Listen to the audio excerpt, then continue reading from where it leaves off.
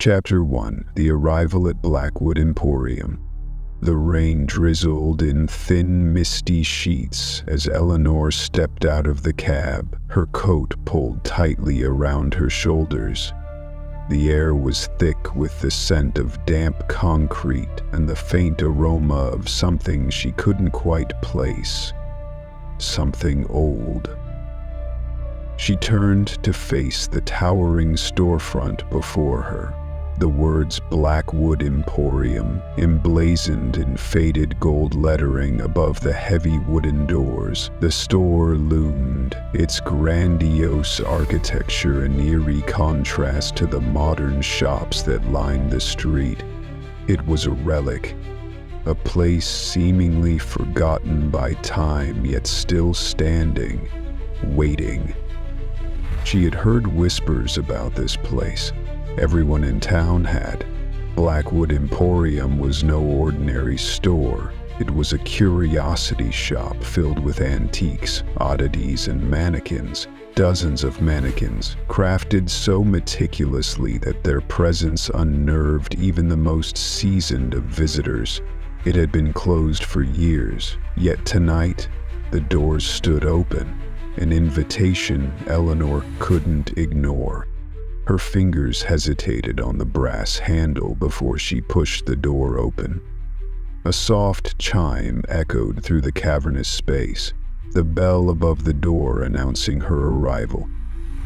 The inside was dimly lit, the glow from flickering chandeliers casting long, wavering shadows across the velvet-lined walls. Rows of glass cases displayed trinkets from a bygone era. Antique jewelry, old dolls with cracked porcelain faces, music boxes frozen in time. And then there were the mannequins.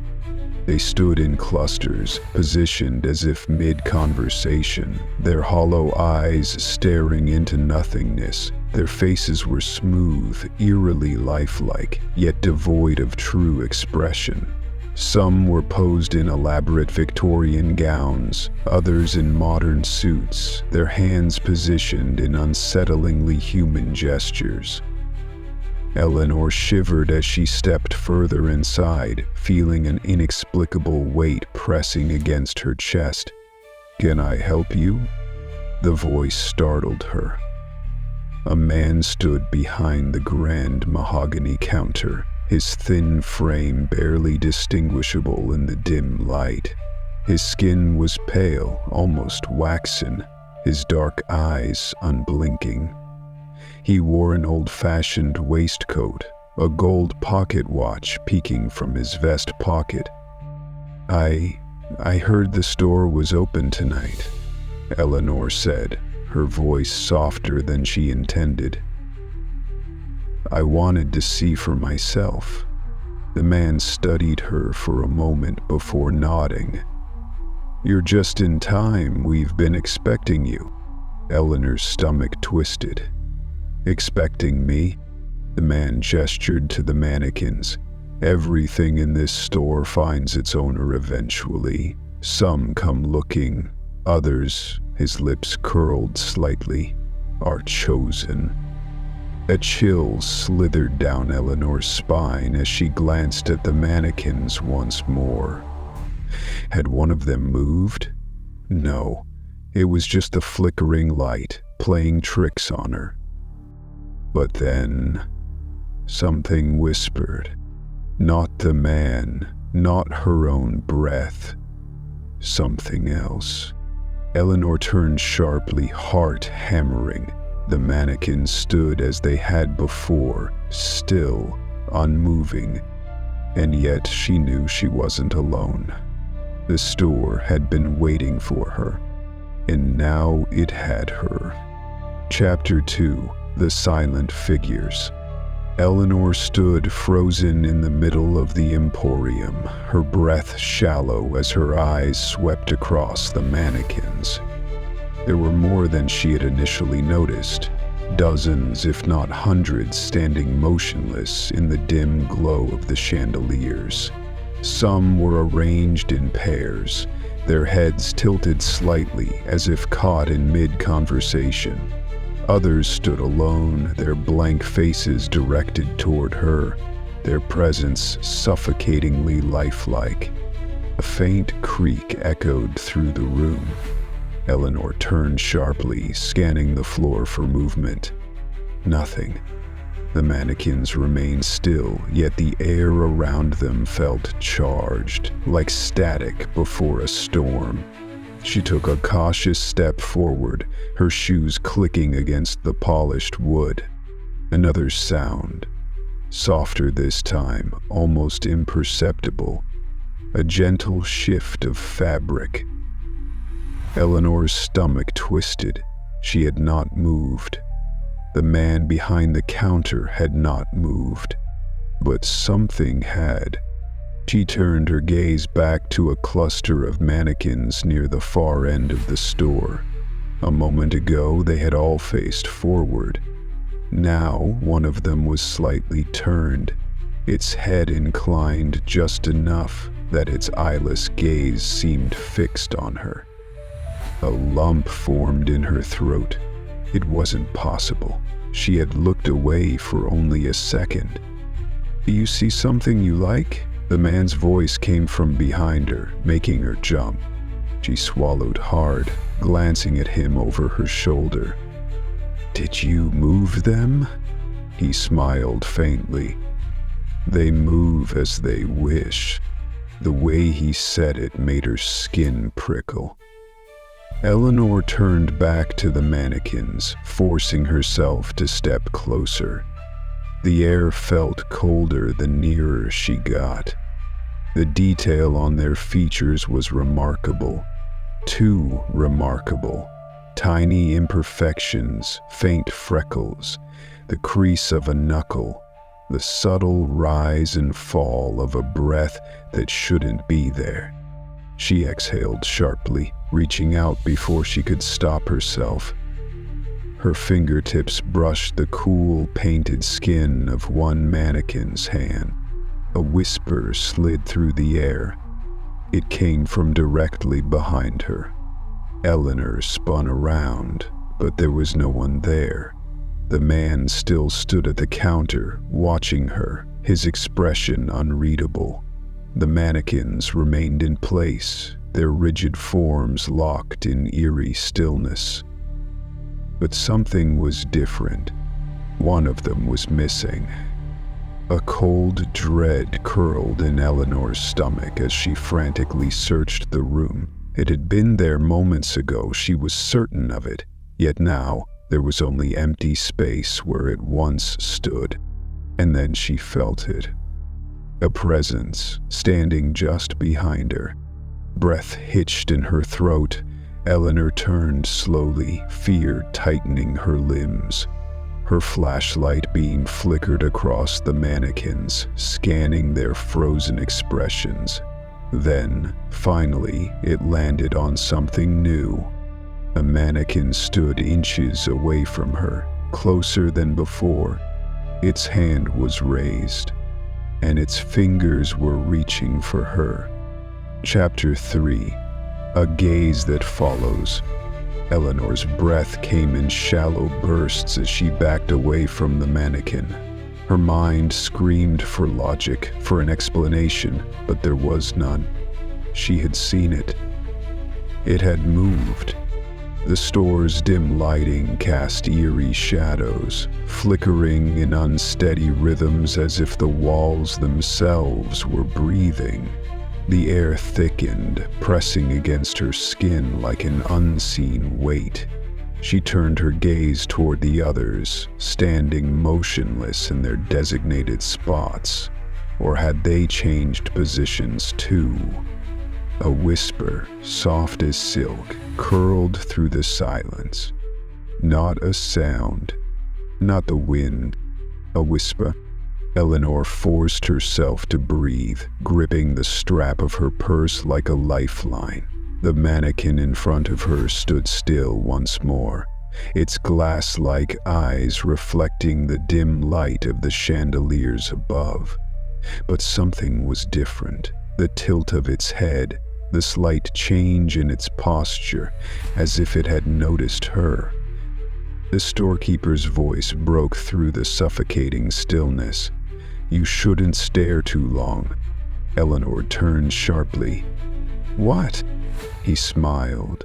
Too calm, too knowing. "They don't like to be watched." Her skin crawled. "You're joking, right?" His eyes flicked toward the mannequin. "You tell me." A slow creak sounded from behind her.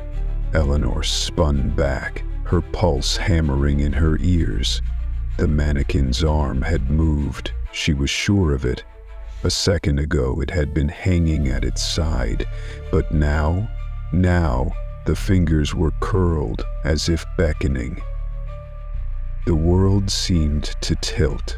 The soft rustling of fabric whispered from the far end of the store, barely perceptible, yet enough to spike Eleanor's fear to a dizzying level. She turned her flashlight toward the movement, her hands shaking. The mannequins in the back of the store, they had shifted. They weren't just standing anymore. They were all facing her. Chapter 4. Whispers in the display room. The dim glow of the chandeliers flickered as Eleanor stepped deeper into the store, the scent of aged velvet and polished wood filling her nostrils. The display room stretched before her, an unsettlingly perfect arrangement of mannequins poised in elegant poses. Some wore elaborate Victorian gowns, others sleek modern attire, their lifeless eyes staring past her. But something about them felt aware. As she moved, the room exhaled a soft hush, the sound so delicate it could have been mistaken for the wind. But there was no wind inside Blackwood Emporium. Her whisper, Eleanor froze. Her breath hitched in her throat as she strained to listen. The sound was faint, drifting through the air like a forgotten secret. It was neither the storekeeper nor her own imagination. It was something else entirely. She turned, scanning the mannequins. Nothing had changed, yet the whispering continued, threading through the room like unseen fingers brushing against her skin. She swallowed hard and took a step forward, her pulse pounding in her ears. Then, a soft giggle. Eleanor's stomach twisted.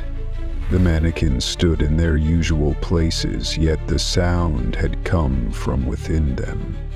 She took another cautious step, and the whispering shifted, moving behind her, closer, curling around her like unseen breath.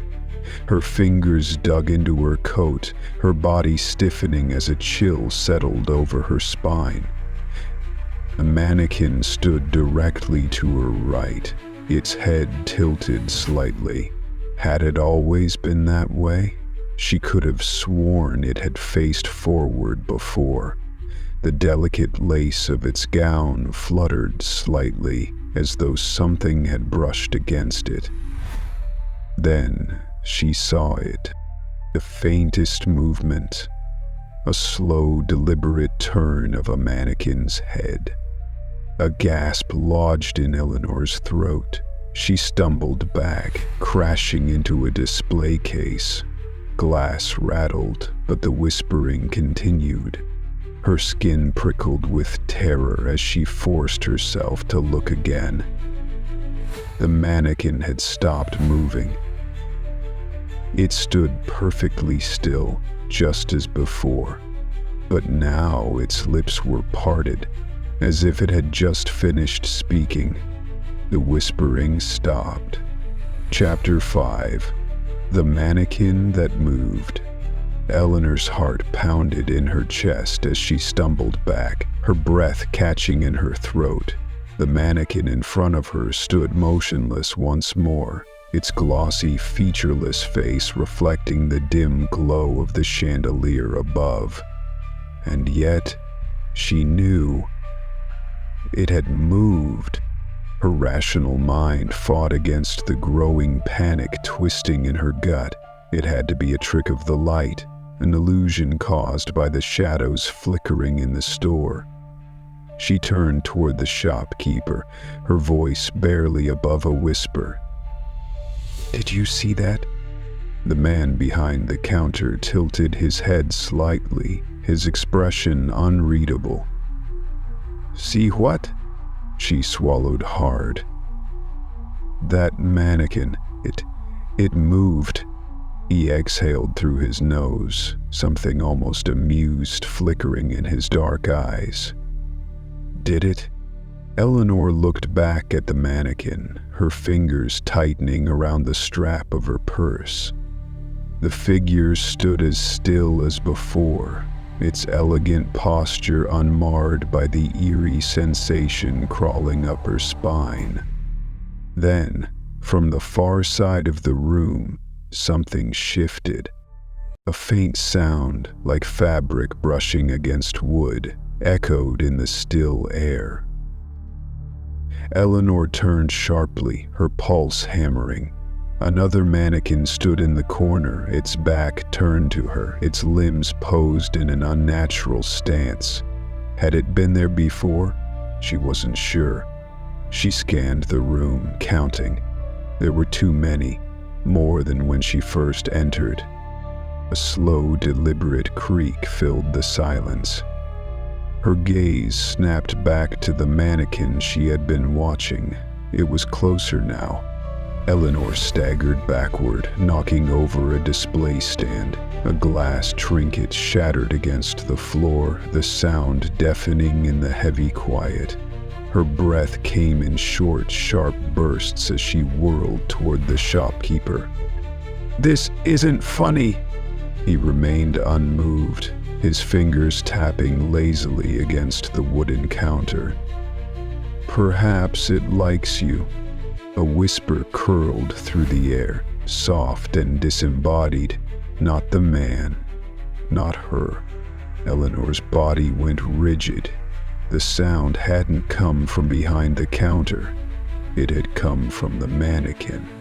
Her skin turned ice cold as the whisper came again, closer this time. Stay. The mannequin's hand, rigid and unmoving only moments ago, was now slightly raised, reaching for her. Chapter 6. Locked in with them. Eleanor's breath came in ragged gasps as she bolted toward the exit, her pulse hammering against her ribs. The heavy wooden door loomed ahead, her only escape from the suffocating nightmare inside Blackwood Emporium. With trembling hands, she reached for the brass handle and yanked. The door did not budge. A cold wave of dread washed over her. She tried again, twisting the handle violently. Locked. "No, no, no." Her voice was barely above a whisper. Her fingers fumbled in her coat pocket, searching for her phone, but as soon as she pulled it out, the screen flickered and died. The mannequins whispered. The sound was faint, barely distinguishable, like 1,000 voices murmuring at once. Eleanor turned slowly, her breath hitching in her throat. The mannequins that had been scattered around the store were now closer. She took a shaky step backward, pressing herself against the unyielding door. Their faces were blank, but she could feel them watching. The air grew dense, suffocating, like she was sinking into something unseen. Then a mannequin moved. A sharp jerking motion, just a twitch of the hand, but Eleanor saw it. Her mind screamed at her to run, but where? She was locked in. Her eyes darted around the store, searching for another exit. There, a door behind the counter. The shopkeeper was gone. Had he ever truly been there? She forced her feet to move, careful not to take her eyes off the mannequins. Every step forward felt like an eternity. The whispering grew louder, weaving through the air like unseen fingers brushing against her skin. Then a creak. She turned her head ever so slightly. One of the mannequins, dressed in an elegant Victorian gown, had tilted its head toward her, just a fraction, just enough to acknowledge her presence. Eleanor's stomach twisted. They were aware of her. The lights flickered. A mannequin lurched forward. She screamed, her legs propelling her toward the counter. The whispers turned into laughter, low and breathless, curling around her like smoke. She dove for the back room door, her fingers slipping against the old brass knob. It turned. She stumbled inside, slamming it shut behind her. Darkness swallowed her. And then, from the other side of the door, a voice, soft, unnatural. You shouldn't have come. Chapter 7. The Missing Employee. Eleanor's fingers fumbled along the wall, searching for a light switch. The back room was cloaked in thick darkness, a stark contrast to the dim glow of the Emporium beyond the door. Her breathing was shallow, uneven. Her pulse pounded against her ribs, a frantic drumbeat in the eerie silence. She stepped cautiously forward, her footfalls muffled by the thick layer of dust coating the wooden floor. The air was stale, heavy with the scent of forgotten time, old paper, moth-eaten fabric, and something else, something metallic and faintly sour. A single bulb flickered to life above her, casting a weak, sickly glow over the cramped space. Shelves lined the walls, stacked haphazardly with books, faded ledgers, and boxes labeled in handwriting too smudged to read. A wooden desk stood in the center, its surface littered with loose papers and an overturned chair beside it, as if someone had left in a hurry. But what made Eleanor's skin prickle was the coat draped over the chair's back. It was modern, too modern for a place frozen in time like Blackwood Emporium. The fabric was thick, dark, and looked well-worn, as if it belonged to someone who had spent years working here. She reached out, fingertips grazing the fabric. A soft creak echoed behind her. She spun around, the weak bulb flickering wildly as if responding to the sudden movement. The room remained empty, but a sense of presence pressed against her, an unshakable feeling that she was being watched. Eleanor's eyes fell on a ledger atop the desk. Its pages were yellowed, brittle with age, but the ink was fresh. Too fresh. She traced a trembling finger over the latest entry. Date, October 12th. Employee name, Daniel Crow. Status, missing.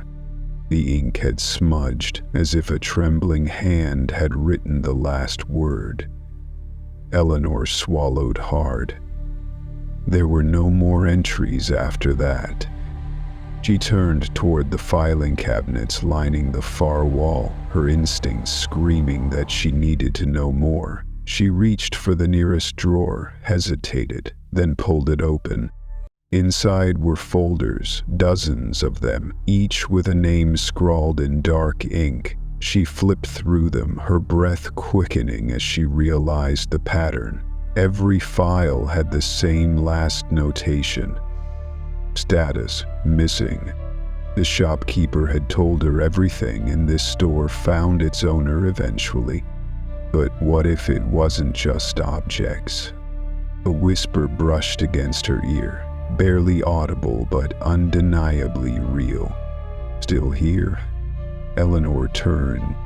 A mannequin stood in the doorway. Its limbs were wrong, longer than before, its head tilted too far to the side, and clutched in its porcelain hand was a coat. Daniel Crow's coat. Chapter 8. Reflections That Lie.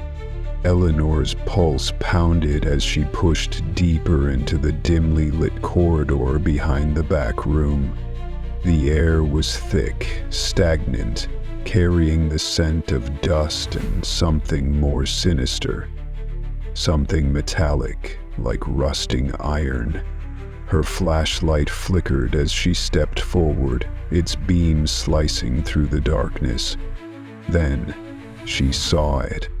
A mirror, tall and ornate, stood at the end of the hall. Its gilded frame was weathered, its glass coated in a thin layer of dust. But despite its age, the reflection it cast was wrong. Eleanor hesitated. The mirror showed her image, but something was off. She raised her hand slowly and her reflection followed, but the delay was almost imperceptible, a fraction of a second too slow. She stepped closer. The figure in the glass smiled. Eleanor's breath hitched. Her lips hadn't moved. She stumbled backward, heart hammering, but the reflection remained unchanged, its twisted smile lingering like a cruel joke. A whisper curled through the air. "Let me out." Eleanor spun around, flashlight darting over the empty hallway. She was alone. Another whisper, this time from the mirror itself. Her reflection's hand twitched. The movement sent ice through her veins. The fingers in the glass curled inward, beckoning. "Come closer."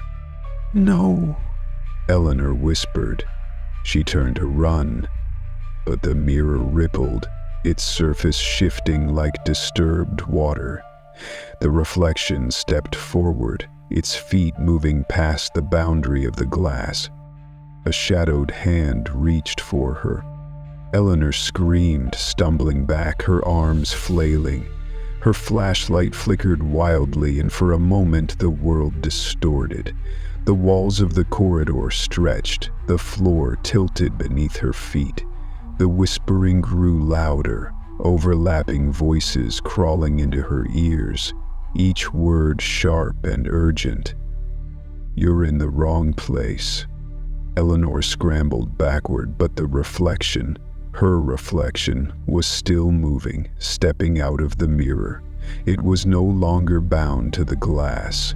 It wanted to take her place. The lights overhead exploded, plunging the hallway into total darkness. And then, everything went still. Eleanor gasped, her breath ragged, pressing her back against the cold wall. The mirror was normal again, dusty, silent. Her reflection stood within it, no longer moving, no longer smiling. But now, her own breath fogged up the inside of the glass, and the whisper returned, soft, satisfied. "See you soon." Chapter 9. The Room of Forgotten Dolls. Eleanor hesitated before pushing the door open. The air beyond it was thick, stagnant, carrying the scent of age-old wood and something sweetly decayed. A shiver crawled up her spine as she stepped inside, her flashlight sweeping through the darkened chamber. Rows upon rows of wooden shelves lined the walls, stacked with dolls. Some pristine, others cracked and broken, their once glassy eyes dull and clouded. The room was silent, but the weight of countless unseen gazes pressed against her, making her skin crawl. She stepped further in, her heart hammering. There were hundreds of them, their faces frozen in eerie expressions, some smiling, others staring blankly, their porcelain cheeks fractured like old china. Some had missing limbs, others slumped lifelessly in their seats, their clothing faded and tattered. The further she moved into the room, the colder it became. Then she saw it. A single doll placed on a pedestal in the center of the room. It was different from the others. It was larger, almost the size of a child, dressed in an elaborate Victorian gown with intricate lace trimmings. Its head was tilted slightly, its glassy blue eyes locked onto hers. A deep chill settled in her bones. Something about this doll felt wrong. She inched closer, her breath catching. The detail on its face was too precise, each individual eyelash, the barely noticeable veins beneath its porcelain skin. It looked almost human. And then its lips moved. A whisper. Eleanor stumbled back, the sound too faint to understand, but unmistakably real. The air in the room grew thick, the musty scent of old fabric now tinged with something more foul. Her flashlight flickered. She turned toward the shelves, stomach tightening. The dolls had shifted. They no longer sat lifelessly. Some had tilted forward, others had fallen, all facing her, their dull eyes watching. A scraping sound echoed through the room. The large doll on the pedestal twitched. Eleanor's breath caught in her throat. Then, in a voice not her own, the doll spoke. "Stay with us." The door slammed shut behind her. Chapter 10. When the lights go out. The moment the door slammed shut, the room plunged into total darkness. Eleanor gasped, her breath sharp and uneven. Her fingers instinctively fumbled for her flashlight, but the second she flicked it on, the beam wavered and died. A whisper of panic curled inside her chest. She was trapped, alone, in the suffocating blackness of the forgotten doll room. The air around her shifted, thickening like a living thing, pressing in against her. A faint rustling sound slithered through the silence, fabric against wood. The dolls were moving. She squeezed her eyes shut, forcing herself to focus. It was just her imagination, it had to be. But then came another sound. A slow, deliberate scraping, like something dragging across the floor. It was close. Too close. A whisper sliced through the dark. A child's voice, light and melodic. "Why did you come here?" Eleanor stiffened, her body refusing to move. The whispering multiplied, layered voices murmuring, weaving around her like strands of silk. Some were playful, others sad, and some were angry. "You don't belong. It's too late now. She's coming." A cold breath touched the nape of her neck. Eleanor whirled around, her heart thundering against her ribs. She could see nothing, only the endless, swallowing dark. Her hands shot out blindly, searching for a wall, for anything to ground her, but her fingers brushed against something soft. A dome? No.